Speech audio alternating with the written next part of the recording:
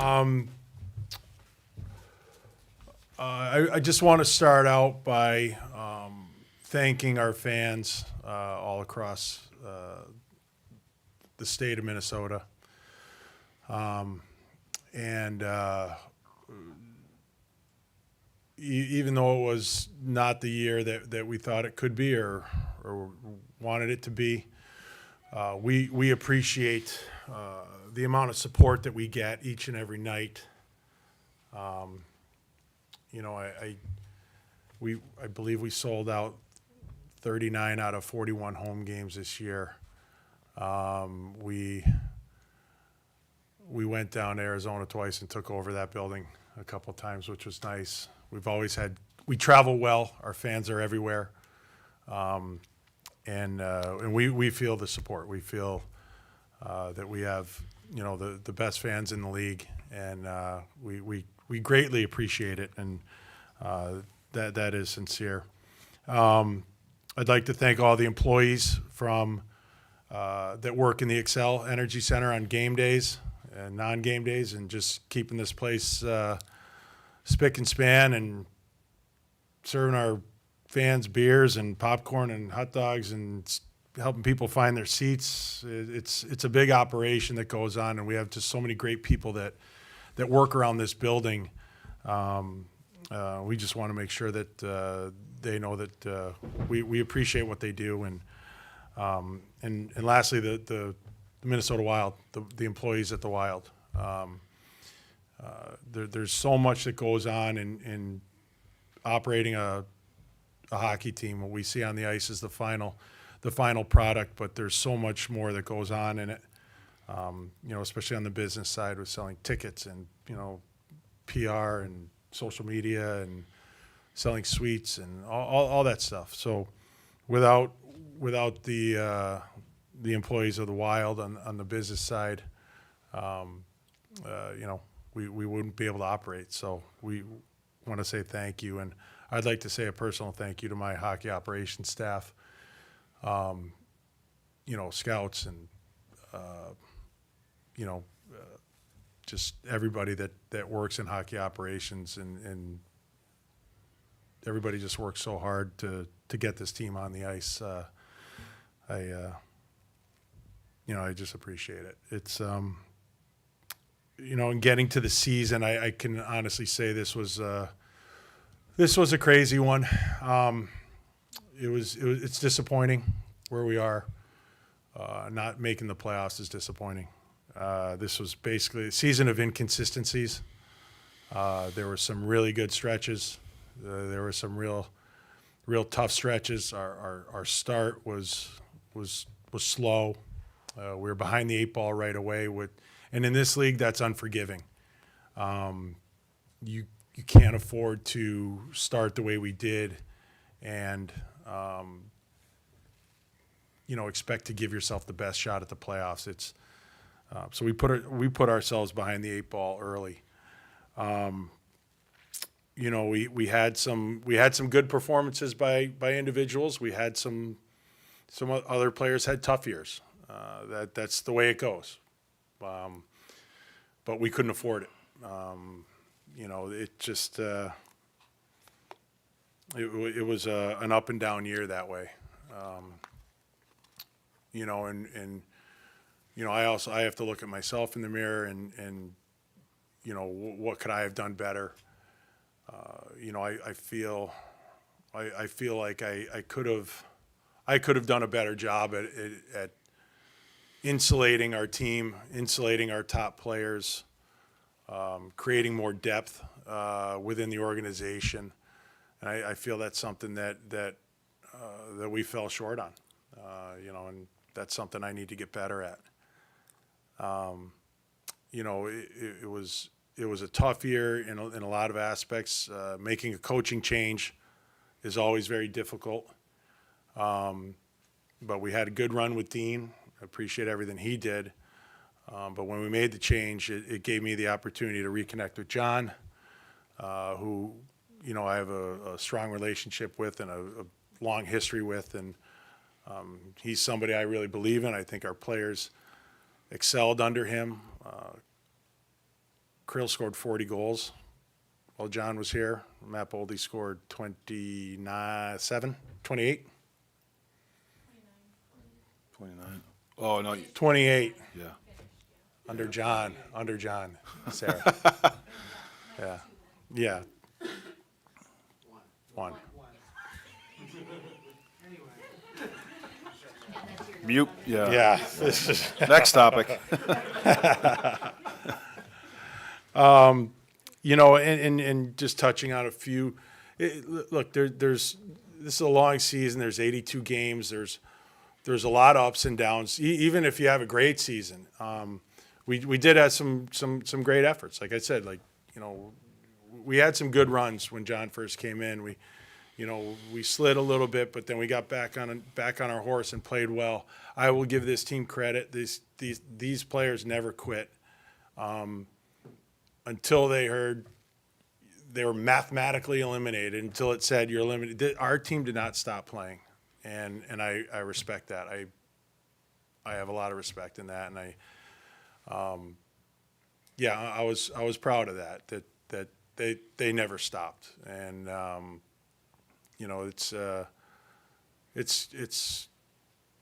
it was nice to see that they didn't have any quit in them, and and there were some good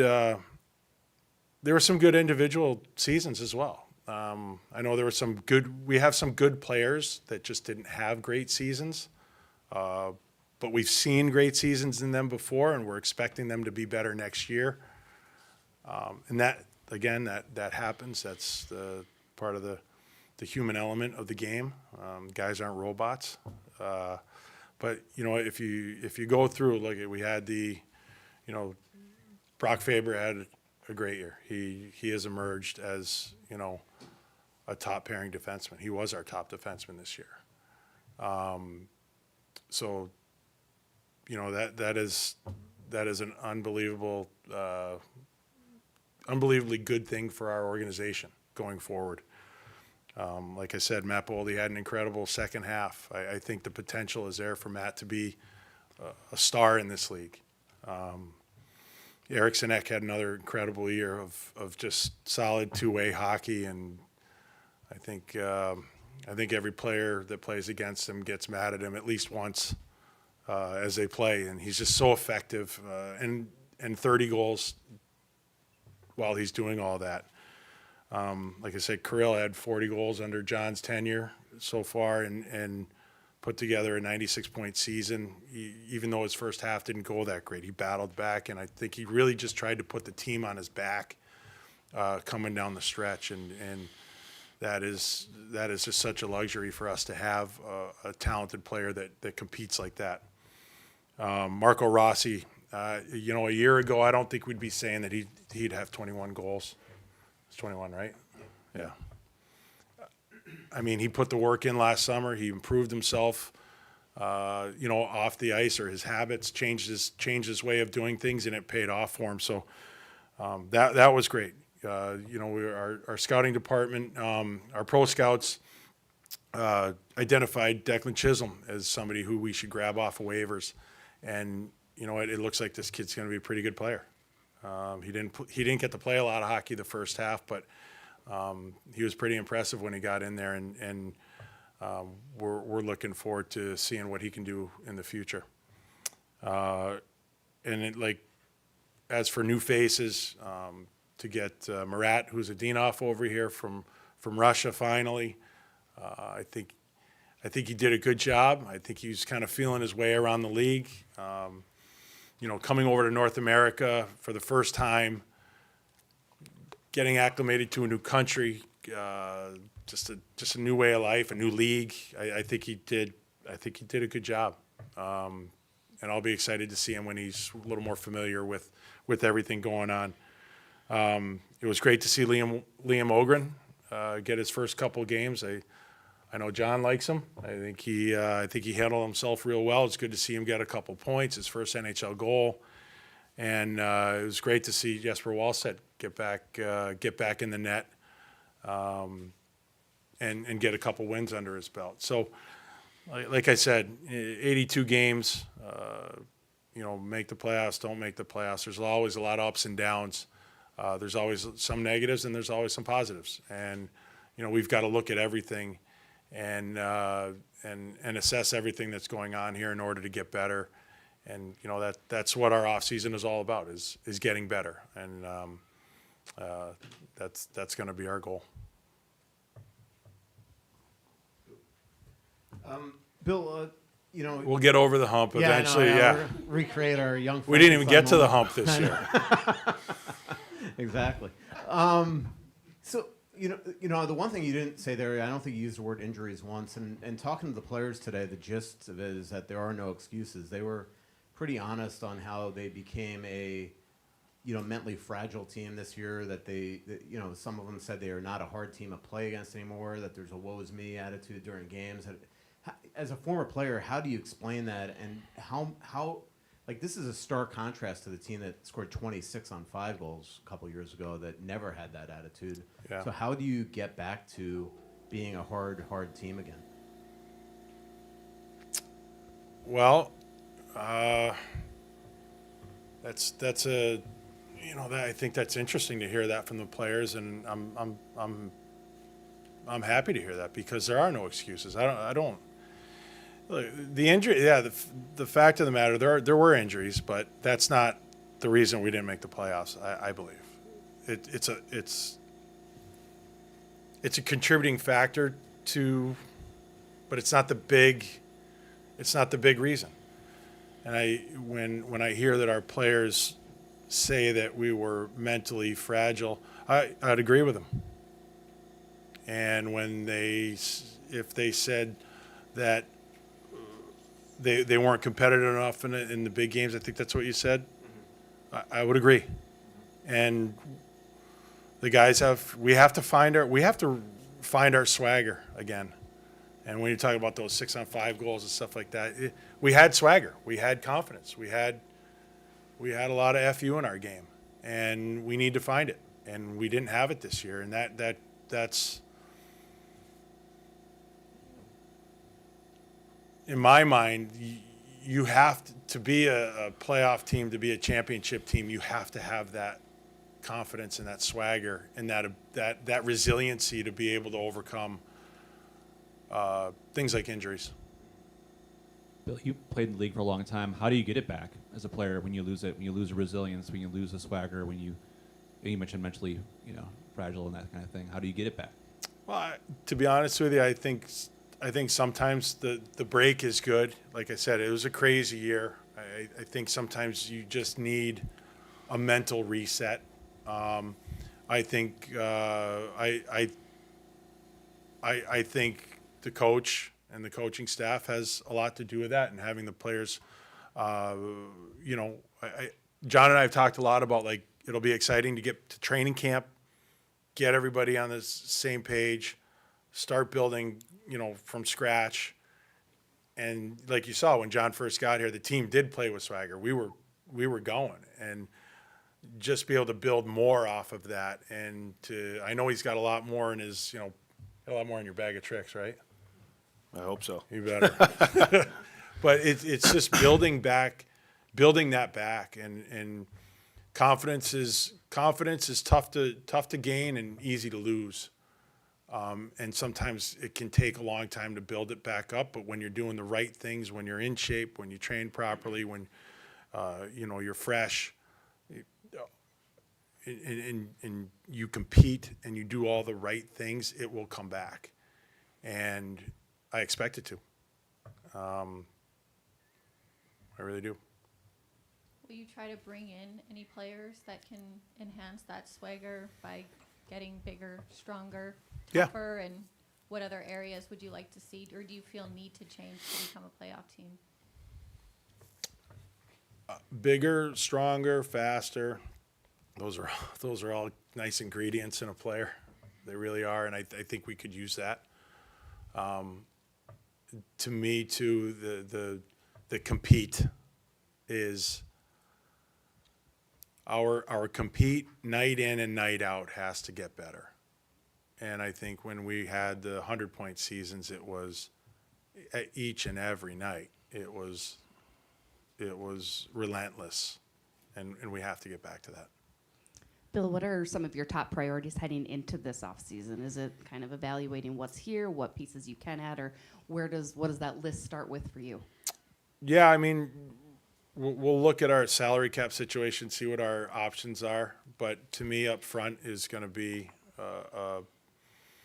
one of our main objectives to improve the forward group. And like I said earlier, like I think what I missed on this year was the depth, and we need to create better depth in the organization to to help insulate the other guys. And whether those players are in the NHL or in Iowa to start or wherever, we have to be better. Do you feel like you don't know the cap yet, so I assume it's going to go up a little bit, the salary cap. Do you feel like you will have maybe more tools more options at your disposal than you did last summer? I do. Obviously, if the cap goes up, we'll have more money. I know everybody else will too, but we could really use it.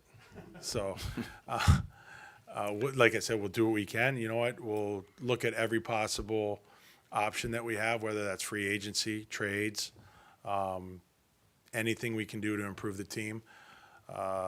Again, we're starting to see, I think, some of the patience pay off when you see some of these younger players getting into the mix. So we want to continue that as well. But look, if there's an opportunity to improve our team right away, we'll do it. And this is probably a stupid question, so forgive me, but if you get some cap space, you didn't have many options last year, but do you want to go into a season with a little bit of, would you try to build a cushion in there? Did that matter too much to you guys to really have zero cap space? That is a stupid. No, it's Okay. no. Yeah, I always like to leave a little bit of cushion. Yeah. I don't love just going right to it, and then you have to leave room for injuries and call ups and things like that. So a little bit of cushion is preferred. For both Bill and John, I understand that the importance is on trying to win as quickly as possible. But with the kids who are now starting to develop, you got some late looks. How important is this next season to sort of transitioning with those guys, where veterans obviously can help, but you've got a chance to come out of the cap purgatory in really good shape as far as talent goes. How do you weigh that with trying to win now when the future could be really bright in developing guys? Ogren, Marat, go down that list. Well, I think I understand your question. We want to win now. What we want from our younger players is to push to make our lineup, to push, push the older players, get some internal competition. You know what, if one of our younger players can push out an older player and take his spot in the lineup because he's better, then do it. If you can jump up on the second line and put our second line guy down on the third or fourth, then do it. That's what we want. We want the internal competition. That's what drives great teams and great players. You can't wait around and wait for a spot to open up and us to put you in there. No, take it. And you know what? And I hope the older players get scared that somebody's going to take their job, and that scares them into playing better, because it happens. It's a cycle. When you're young, you're so scared, you just want to play, and you have to survive every single day in the lineup. Through your career, there might be a little comfort zone where you're in the lineup every day and this and that, but then all of a sudden you're an older player, and then there's younger players coming, and if you're not scared, you're stupid, because they're going to take your job. I think that's healthy, and that's what we want. All right, my turn. No, what Billy just said is a reality. I think in the salary cap era, I think, and on all teams, you need to have young players be able to come up through your system, and then you need them to make impacts on the NHL lineup. I think it was really good that what Wallstedt went through this year. You know, obviously had a tough game in the first opportunity to go back down to Iowa, work on his game, and then was able to come up and have some success here and play well. And he looked like a different goalie, just much more confident. You know, it's a lot of times it's different to come right up into this league and make a strong impact, particularly at the goaltending position. You look at Murat came in and, you know, he got a really good feel. Like the exit meeting with him is, you know, the first thing out of his mouth was how fast the league is and how much skating it is, and, you know, things that he wants to work on this summer. Liam came in and got, you know, a quality opportunity. Now, with that being said, you can't force younger players onto your team that if they're not ready. Part of their development is when they're ready to make an impact, when they're ready to take someone's job. Sometimes they get a couple different looks and then they develop and then they're ready to make an impact on it. But to have you need younger guys to be able to come in and make impacts. We have, you know, several good players right now that, you know, we're excited about. Obviously, they've been with the team a little bit. There's more guys coming. But I think as Billy said, internal competition is a reality. And lots of times, even if you have veteran players, when you have younger guys on your team, there's a different energy too about your team. They're hungry, they're eager to learn. They push certain areas of the game, they push certain players. So the good thing is we know that they're coming. I think the smart thing is now what's the right timing and how do you do that? And when they're ready, they're going to be ready. And you want to make sure that you don't force them in when they're not ready, because that could stall their development. John, obviously you've had like 60 games to get to know these guys. You've had individual meetings throughout the course of the season too, so I'm sure you felt comfortable maybe doing some tough love with the exit meetings. Like, what was your general message to some of these guys, and what was your feeling from the guys coming back to you as far as whether accountability or kind of honesty and kind of that response there? Yeah, you know, every player is different. I think in these times it's not, you know, a tough love. I think it's building a relationship through honesty and knowing that you're all in it together. That it's not, you know, you can't fix what happened this year with particular guys, but or the team in general. I would say the guys are disappointed. They're disappointed in how the season went. Certainly disappointed in not being able to make the playoffs. I liked a lot of their responses. I think as Mike said or someone said that, you know, there weren't excuses. It was things that we could have controlled collectively as a group or individuals that we didn't do a good enough job of that. So that's encouraging to me. I think individually with players, there were good meetings. There was honest feedback, honest communication. There was plans for them moving forward, you know, check-ins in the summer. I thought the feedback on the team in general was very good, but I give the guys credit today that we wanted to make this day productive and spend quality time with them and have some honest conversations. But to me, it's not about reading the riot act. It's understanding what we need to do to get better collectively, individually. And then the next part is we want to follow up. You know, it's one thing you can have these meetings and then you don't talk again, but continuing to build the relationships, the accountability, even throughout the offseason is important to make sure that we are all back together on the same page, better individually, which then will make us better collectively when we get into training camp. Bill, it sounds like, you know, there is urgency just not to get through next season and get to summer 2025. How realistic is that, though?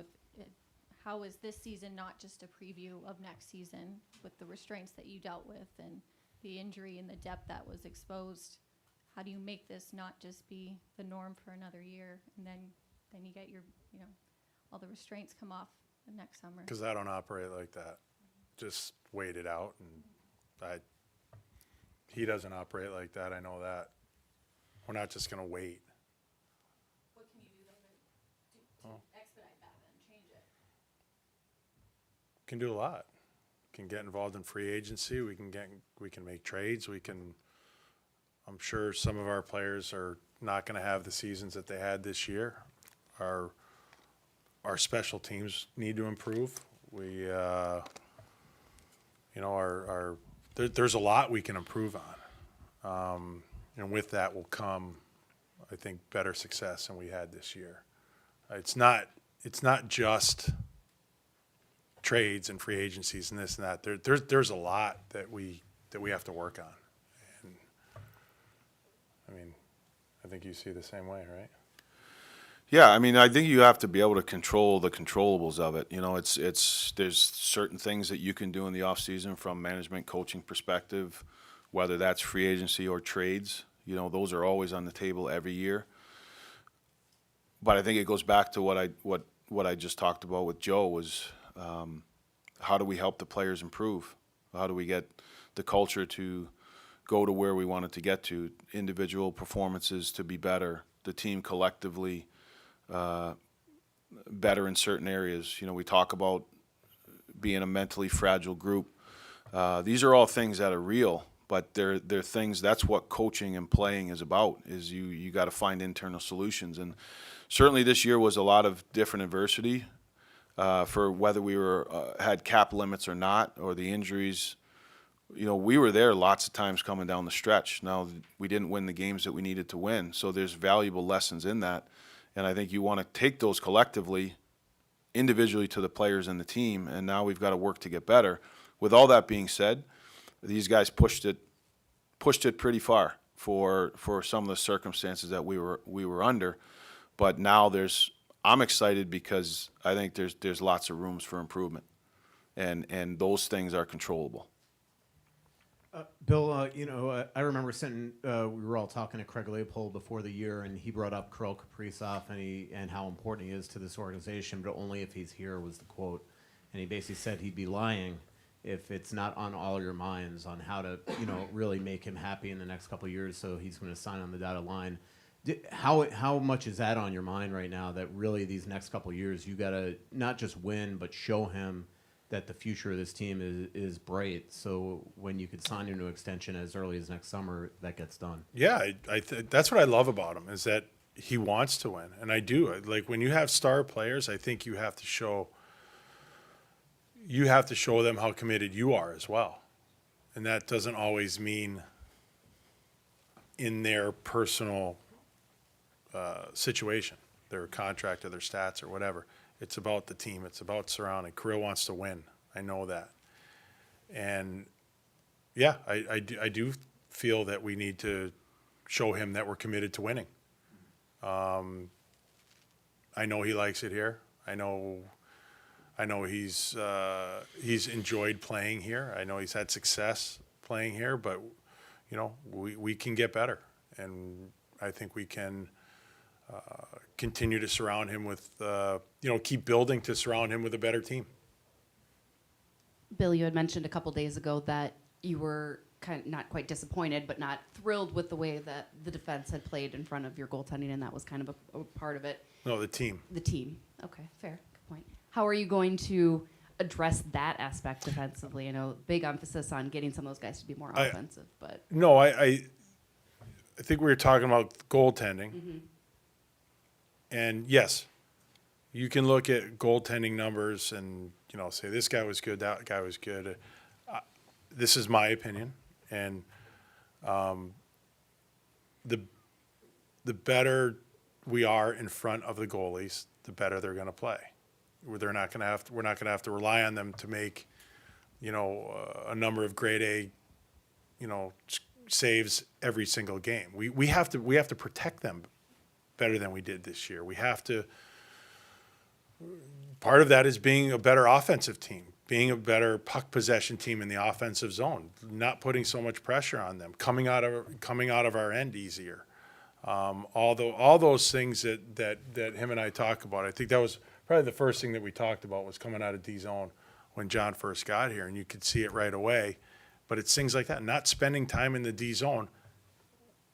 I guarantee you, if we do those things better, we'll have better goaltending.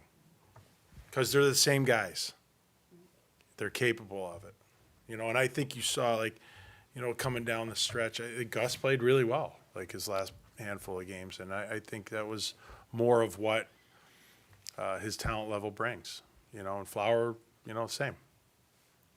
was your message to Gus, and he kind of addressed it in speaking with us too, was to focus on that fitness aspect of I didn't things? talk to him. He did. Okay.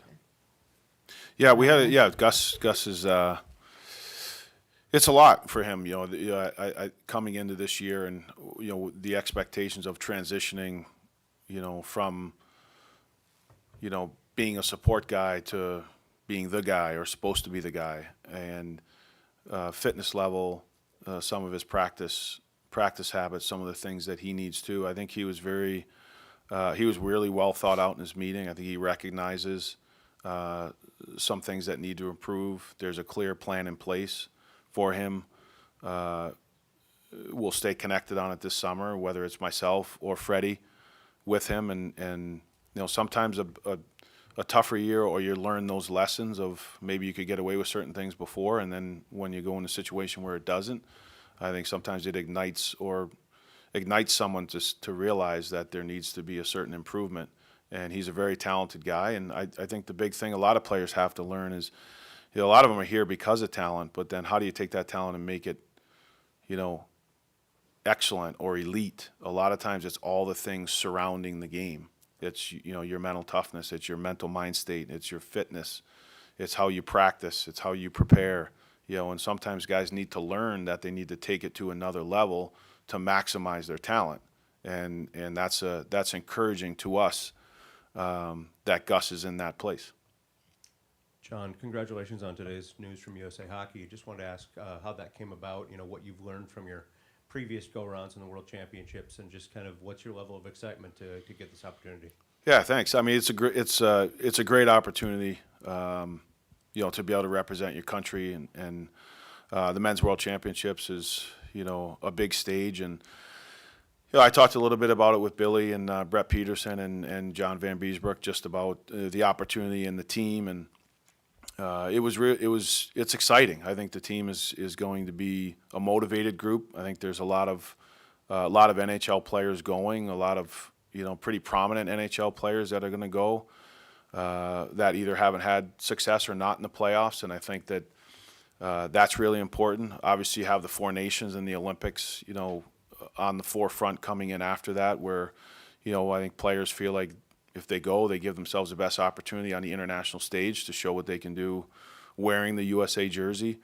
I think there's lots of players on the team that are looking to play in meaningful games and show what they can do, and show guys like Billy and his Olympic management group that these guys are committed.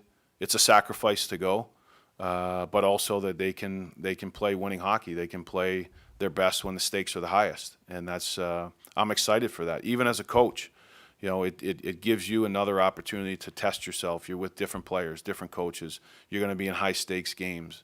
All those things, you're going to work with other coaches, other general managers. In all my experiences, I've been lucky enough to do a lot of them with USA Hockey. I've always become a better coach. You get different ideas. You get challenged in different ways.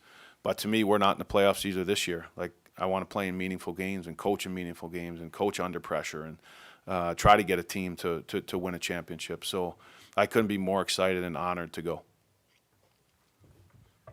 Billy, just penalty kill killed you this year, and how do you fix that especially if the personnel is largely the same? Obviously, we've talked to John a lot about training camp and how important that will be to get the details. But do you feel like that you're going to have to really look at the personnel that you have in place there? Mike, I've killed like 5 penalties in my life.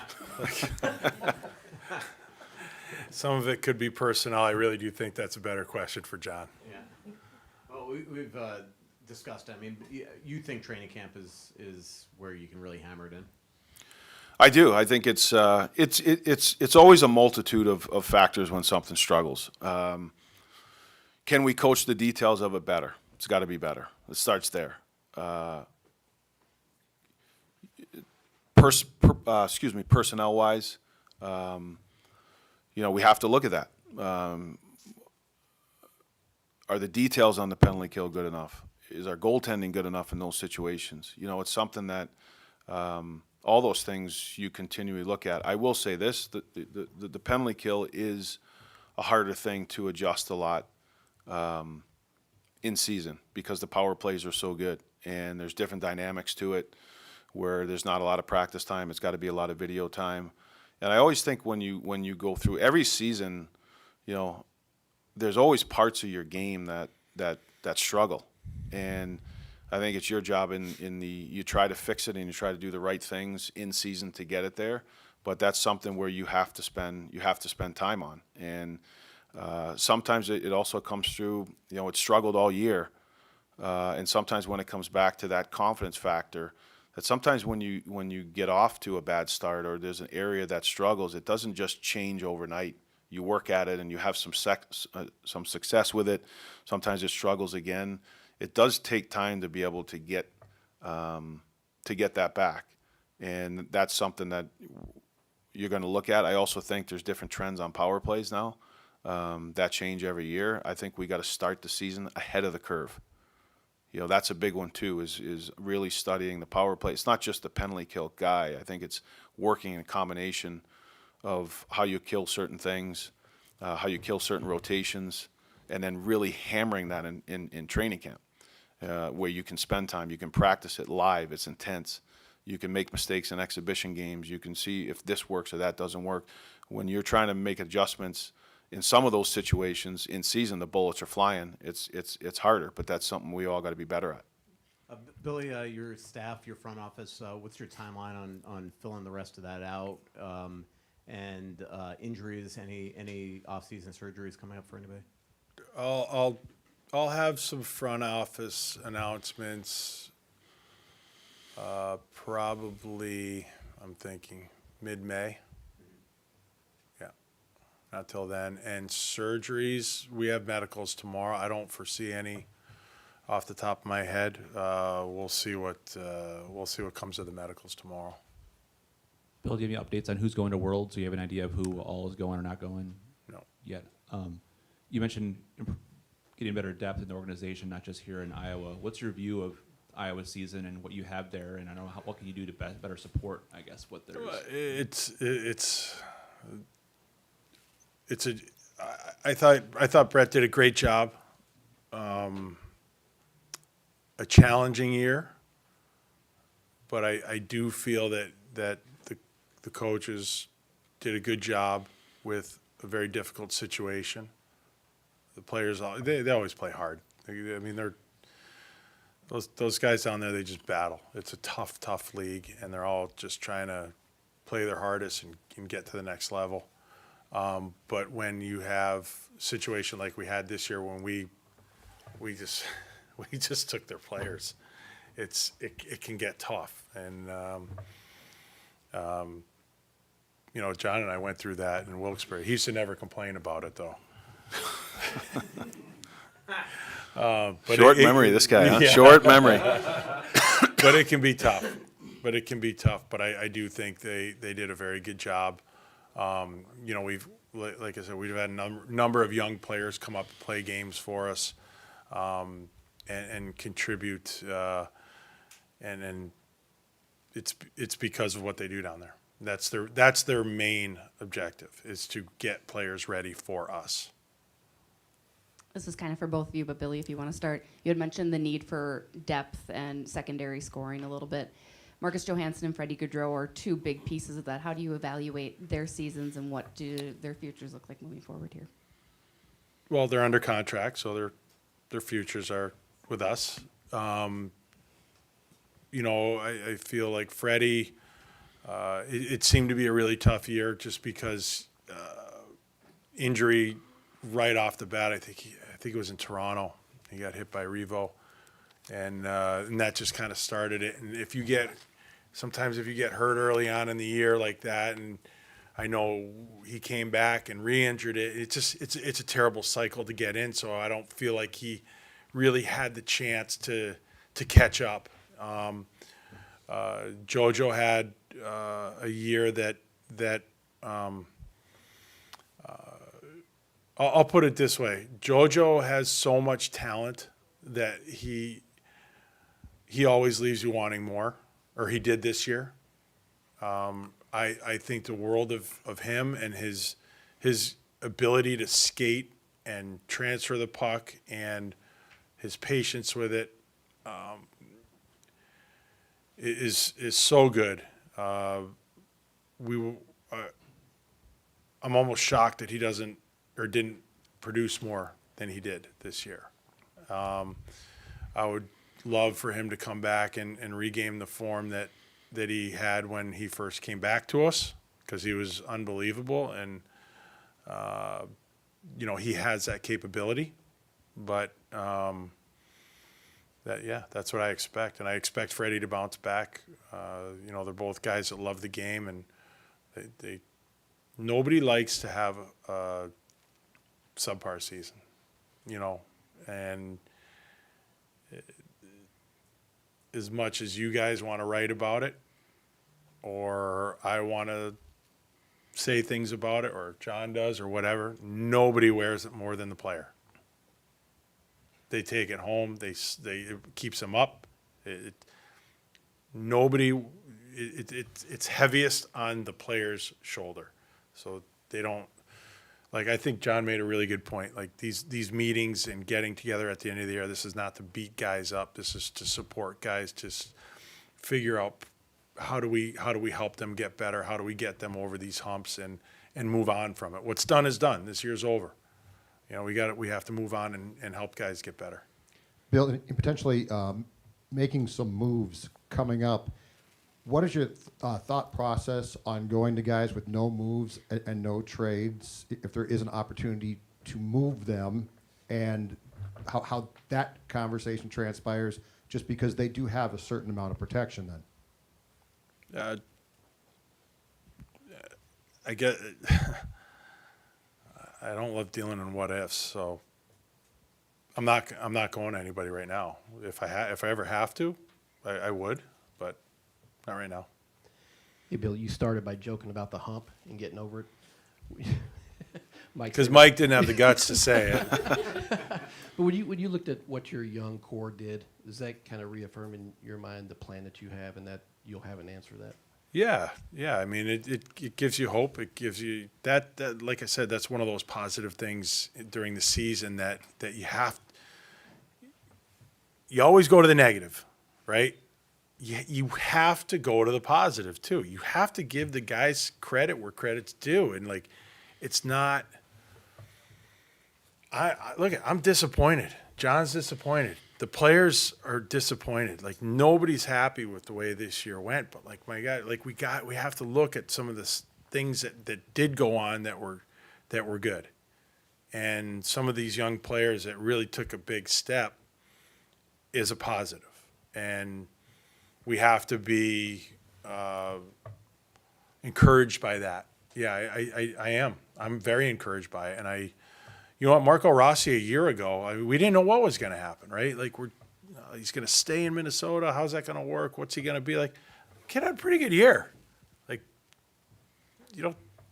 20 goal scorer. That's a lot in this league now. And, for everything he's been through, that's great. Matt keeps emerging. We got to keep working with Bolts to get him, to keep developing him into what he really can be. Fabes, as good as the season he had, he's got to come back next year and do it again. And but man, what a great first year. I went through it with all the other young guys. There's some good pieces. This is the right group to do that, to stop talking about the hump. Yeah, I sure as hell hope so. John, Mike keeps bringing it up. It's a thing, though. Yeah, it is a thing, and we talked about this last year, and the hump, and getting over and getting past the first round, and this and that. I don't know. Look, I haven't been here for 25 years. I haven't been here. I'm not as crazy about it as you guys are, because I haven't gone through it. I'm doing what I feel is right as a general manager in building a team that is going to be built for long-term success. I could care less what's happened in the past here. I wasn't here. Most of these players weren't here. We don't care. It's all about moving forward. John, do you expect everyone back on the coaching staff? Yeah, we always go through. Coming in, we worked really, really well together. I think everyone does a good job. They were helpful to me. Sometimes you go through with different guys too. We'll have meetings with those guys, and from my perspective, it's always seeing how they feel. You always think it's coming from your side, but Maybe a guy wants a head coaching position. Maybe someone wants.